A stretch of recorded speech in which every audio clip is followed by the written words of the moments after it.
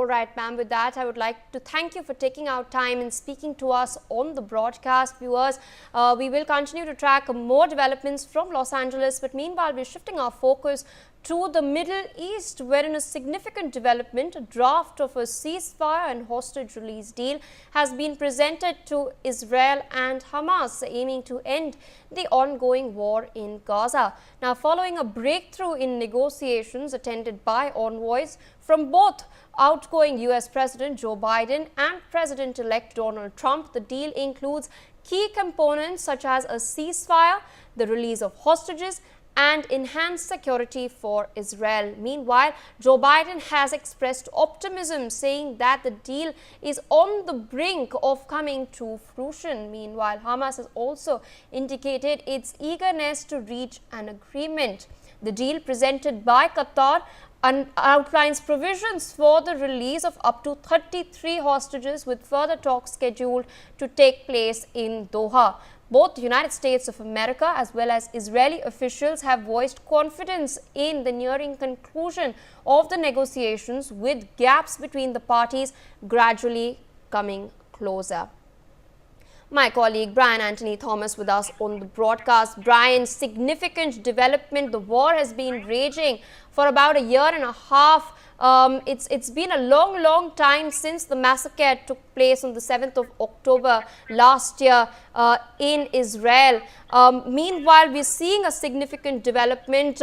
Representatives from both Joe Biden's current administration and the administration that President-elect Trump is going to take over in just a week's time, coming together and presenting this deal along with officials from Qatar to both Israel and Hamas.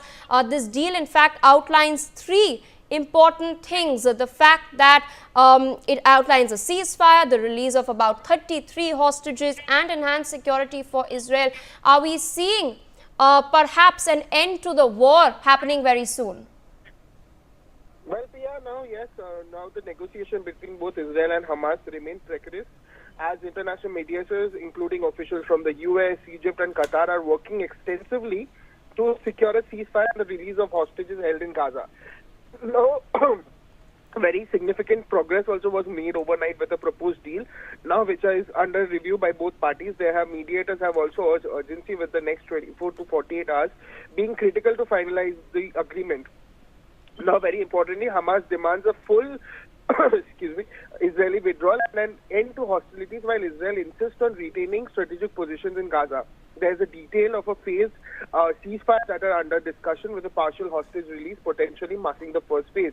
Very importantly, the families of approximately 100 hostages in Gaza are also pressing on their release, and Netanyahu also faced internal political pressure also, with hardliners opposing significant concessions as well. Even though, very importantly, the war has displaced 90% of Gaza's 2.3 million residents as well. And both Biden and even Trump and other U.S. officials are also aiming to finalize a deal before the Biden administration ends. And even Trump has also warned of escalated tensions if hostages are not released before the inauguration on January 20th.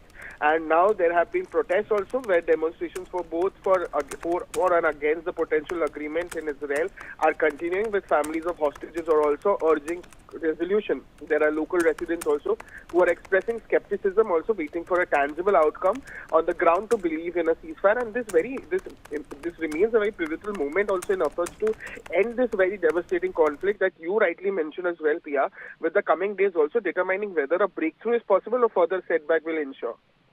Yes, Pia. All right, Brian, with that, I would like to thank you for joining us on the broadcast, sharing all those updates. Viewers, we've, of course, taken a look at some key developments from across the world. We're shifting our focus back